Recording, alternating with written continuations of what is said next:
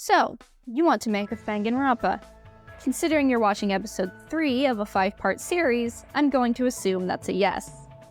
So, welcome! Today, we're going to go over my personal favorite part of any fan project, the writing.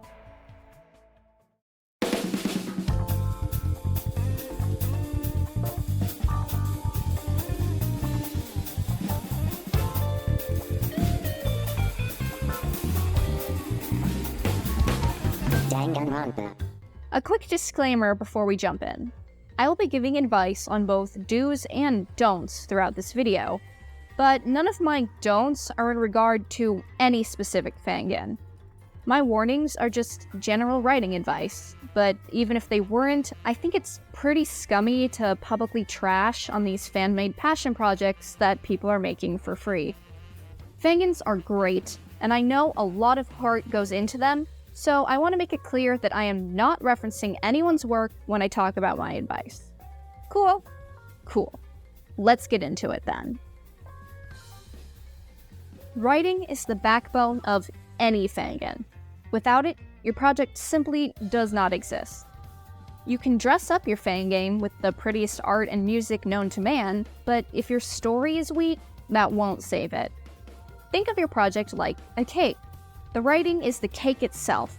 It makes up the core of your fangan, while the assets, like art, music, and presentation, are the frosting.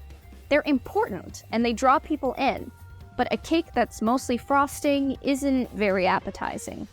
Unless you're me, ironically. I don't like cake. I will literally scrape the frosting off and just eat that. Regardless, the point is, Danganronpa, and by extension, Fanganronpas, are visual novels. Novel is literally half of the name, so the story is pretty important. With that said, in this video, I'm going to cover two things. The first part will go over character writing and how to plan your cast, while the second part will break down each step of the Danganronpa formula and give some tips on how to execute it. Part 1. Characters. For the rest of this video, I'm going to be referring to the sample fangan that I started in episode 2, so go and watch that if you haven't already. In our aptly named Sample Rompa, the protagonist is Velma Dinkley. If you're going to use pre-existing characters for your fangan, you already have a base personality to work off of. This gives you a head start, but it can also be a hindrance.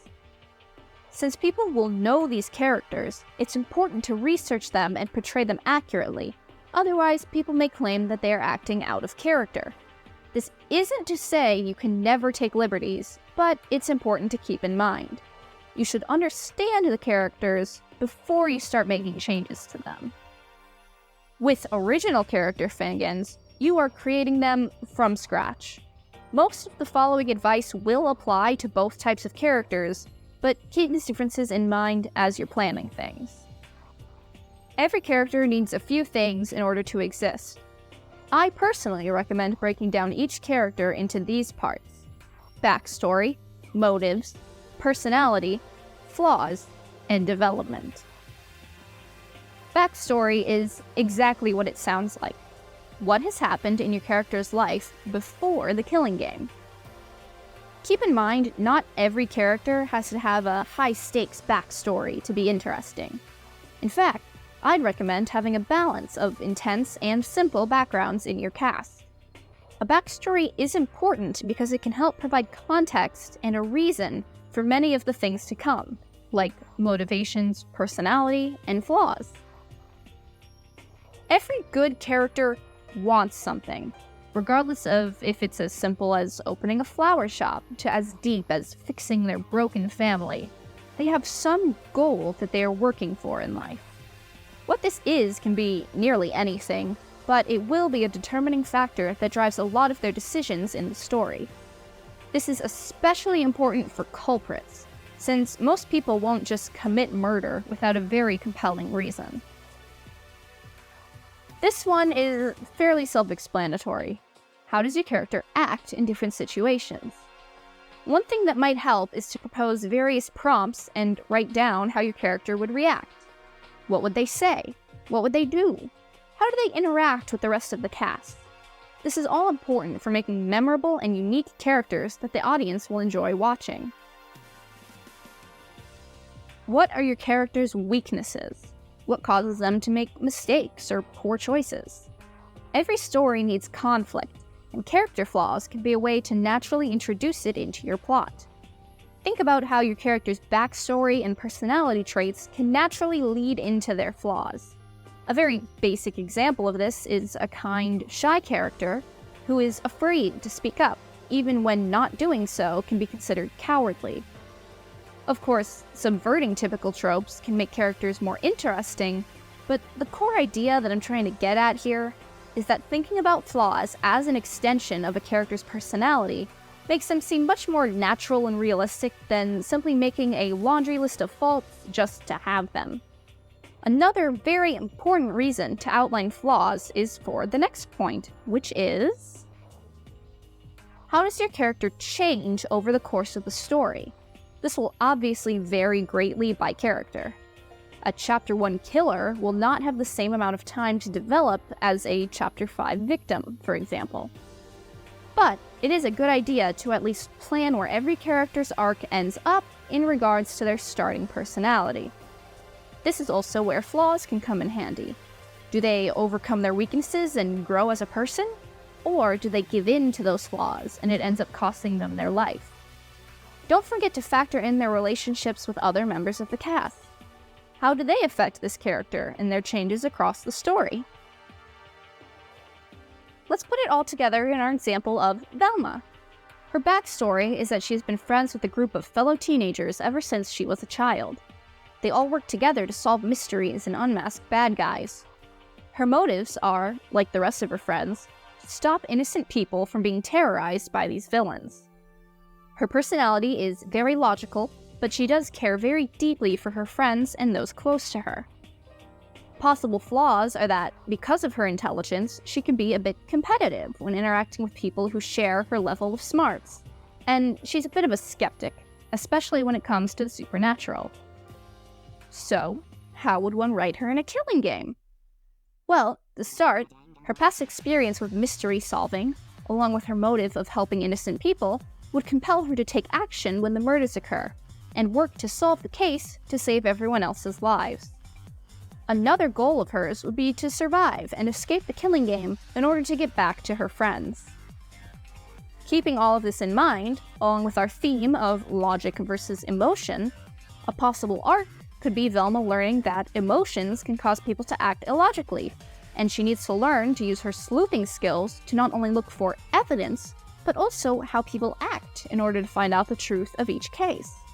This development could also cause her to start out as a bit frustrated by characters who act solely based on their gut or how they feel, but she gradually finds a better understanding of them over the course of the story by seeing just how important emotions are to some people in regards to driving their actions. Having all this information about your characters planned in advance helps create a satisfying story with a clear sense of direction, and it will help immensely in planning events and interactions during the plot. Part 2. Scripting. If you followed the planning advice from episode 2, you'll already have an outline with major plot points, deaths, themes, and so on. This is great. Now comes the hard part, turning it into an actual script. You can use any word editing program you like, but I personally recommend Google Docs or Microsoft Word. Each chapter is broken up into sections: daily life, investigations, and trials. I'll go over the general beats for each of these and some tips along the way. Keep in mind though, this is only following the canon Danganronpa formula. If you think deviating from the structure is better for your story, then do it. As I've stated before, a strong story will always be more important than following a formula. As the name suggests, the first half of every chapter follows the daily life of your protagonist. The general cycle for this is the unlocking of new areas, events in free time, a motive is introduced, more events happen, and then a body discovery. Let's go through each of these in a little more detail. The introduction of new areas is exactly what it sounds like. Your headmaster character gives the cast access to new areas of your Killing Games location. In the canon games, this was a new floor, new islands, etc. From there, we follow the cast exploring these new areas and detailing each of the new locations. This can also be important for setting up future plot points and murder schemes at these locations. Then, we go into the events of the daily life. What are your characters doing?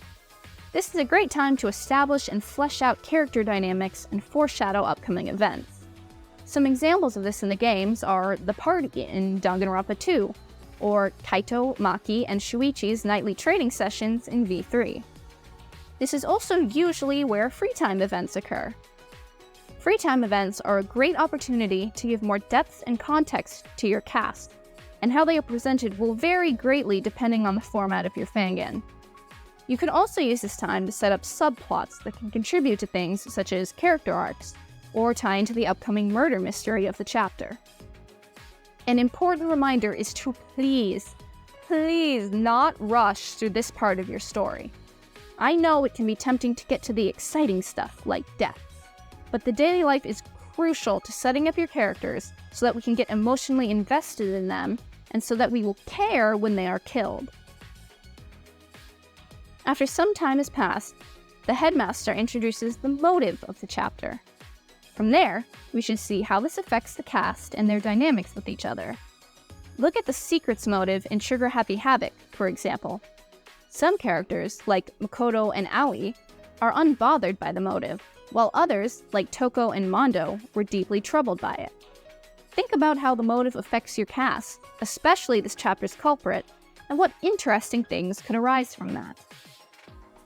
After more events have occurred, the daily life concludes with a body discovery, where we find one of our beloved cast members has been killed.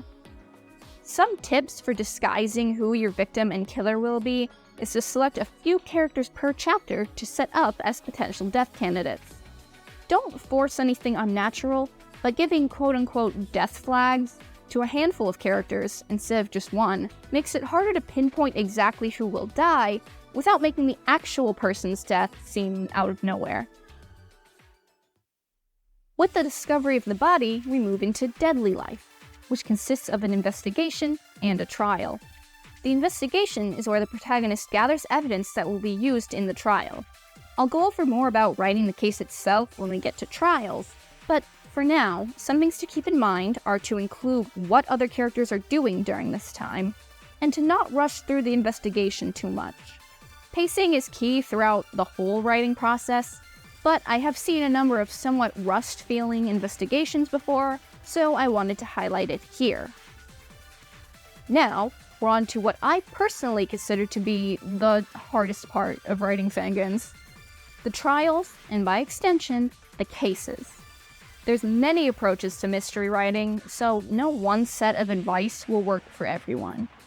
That said, I highly recommend the How to Write a Cozy Mystery series by Jane Kalmes.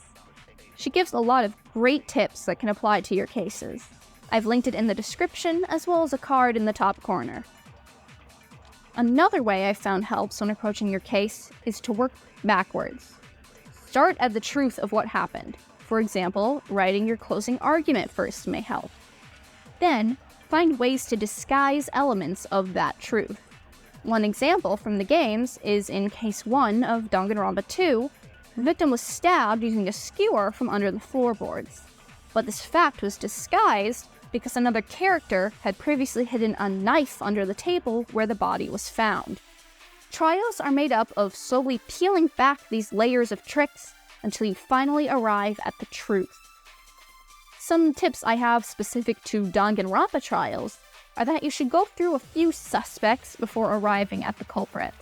This makes it less predictable and gets more of the cast involved in the trial, instead of just having the protagonist go, "No, that's wrong," into the crowd. Also, and this is something I have been guilty of myself, once the true culprit is accused, spend some time having them argue back against the accusation. Have them bring up counterpoints, make the protagonist fight them, verbally, probably, and prove their guilt to everyone else too until it's undeniable. But Barbie, what if I want to have a culprit that wouldn't fight back once they've been caught? Great question. In that case, have the rest of the cast pick up the slack, like how Kaito in V3 continued to refute Shuichi even though the actual culprit wasn't fighting back. And with enough counters, you'll arrive at your trial's conclusion. From there, there's the voting, a post-trial scene, and an execution. And with that, your chapter is finished. Oh boy, that was a lot. I hope I've broken down the typical events of a chapter in an easier to understand way, and I wish all you writers the best with clacking away at your keyboards to get those scripts out. Next time, I'll go over some ways I personally created the visual aspects of my fangan. Remember to leave any questions in the comments, because episode 5 will be specifically dedicated to answering them. Thanks for watching, and I'll see you all next time.